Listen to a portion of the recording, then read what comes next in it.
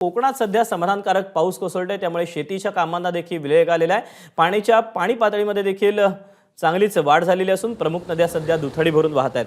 पुढील काही दिवस पावसाचा जोर कायम राहील असा अंदाज हवामान विभागानं वर्तवलेला आहे।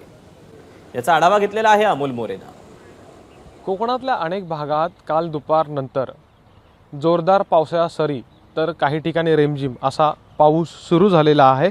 आणि दरम्यान त्यामुळे सध्या जर आपण बघितलं तर नद्यांची जी पाणी पातळी आहे ती काहीशी का असेना सध्या वाढलेली दिसून येते। ही काजळी नदी आहे जी लांजा तालुक्यामध्ये उगम पावते आणि त्यानंतर रत्नागिरी तालुक्यातून ती पुढे वाहत अरबी समुद्राला मिळते। ह्या नदीचं पात्र जर बघितलं तर विस्तीर्ण आहे आणि सध्या या नदीच्या पाणी पातळीत काहीशी का असेना वाढ झालेली आहे।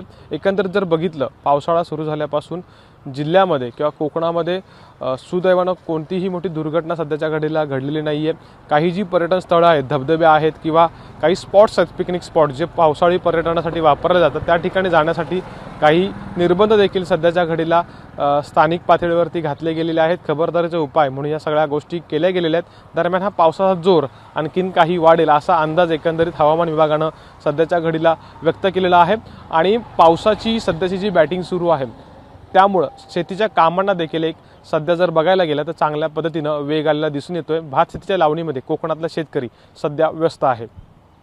कॅमेरामॅन मेहबूब शेखसह अमोल मोरे, एबीपी माझा, रत्नागिरी।